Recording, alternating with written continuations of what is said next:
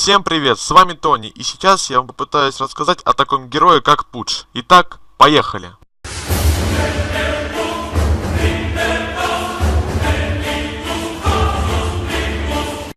Пожалуй, начнем с плюсов и минусов данного героя. Плюсы — это просто супер ганкер. Если кто не знает, кто такой ганкер, это такая роль, которая специализируется на постоянном убийстве с помощью своих магий. Еще у Пуджа большой урон с руки и большое количество хп из-за третьей магии. Отличный мидер и супер скиллы. Минусы: если вы не будете постоянно убивать в начале игры, то вы в лите будете просто бесполезны. Да-да, просто бесполезны. Теперь коротко расскажу о его скиллах. Первый скилл — это хук, ключевая способность Пуджа, без которой он вообще ничего не сможет сделать. Герой выпускает в выбранном направлении свой крюк, и если он попадет по герою, то он его притянет и нанесет урон.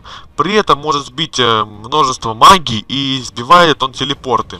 И он может также притянуть своих союзников, но не наносит он ни урон и не сбивает ни магию и ни телепорт.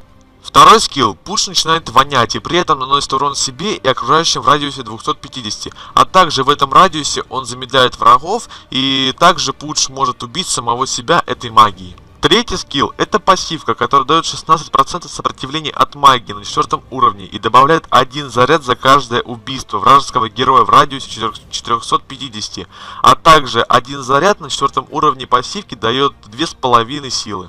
И теперь наконец переходим к его ульту. Это прерываемая способность. Пудж начинает пожирать вражеского юнита, при этом обездвиживает и наносит урон в течение 3 секунд.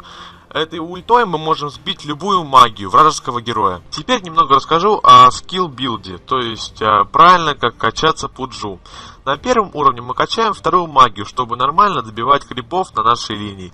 На втором уровне мы качаем первую магию, на третьем опять первую магию. На четвертом качаем снова вторую, на пятом снова первую, на шестом мы качаем ульту. А потом на седьмом мы качаем первую, и у нас она топовая. Эта магия становится максимального уровня, и мы можем просто ходить по всем линиям, не стоять на нашем миду. Мы же пойдем на него по-любому. Потом мы качаем на 8-9 уровне нашу вторую. Теперь у нас тоже 4 уровня. На 10 мы качаем наконец-то пассивку. У нас по-любому будет где-то 10 уровню множество убийств. И поэтому у нас нормально зарядов уже будет.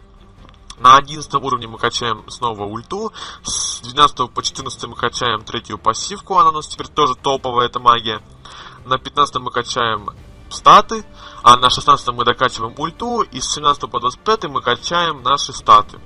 Теперь я расскажу о том, как правильно покупать предметы нашему Пуджу. Вначале мы покупаем одну пачку танго и 3 веточки. И у нас остается еще 300 монеток. И идем мы качаться на линию.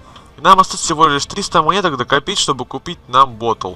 После покупки ботла мы просто бегаем по линиям и убиваем. И накапливаем этим деньги на урну нашу.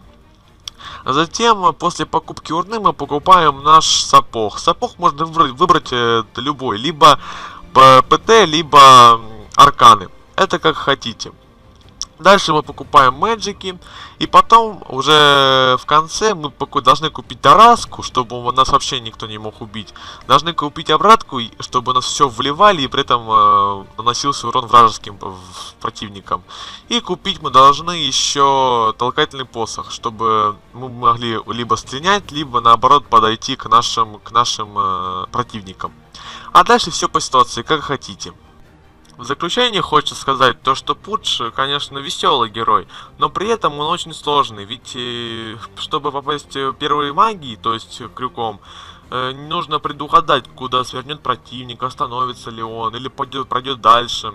Вот поэтому нужно тренироваться новичкам против ботов сначала, а так потом можно играть против настоящих игроков, и у вас все получится в скором времени.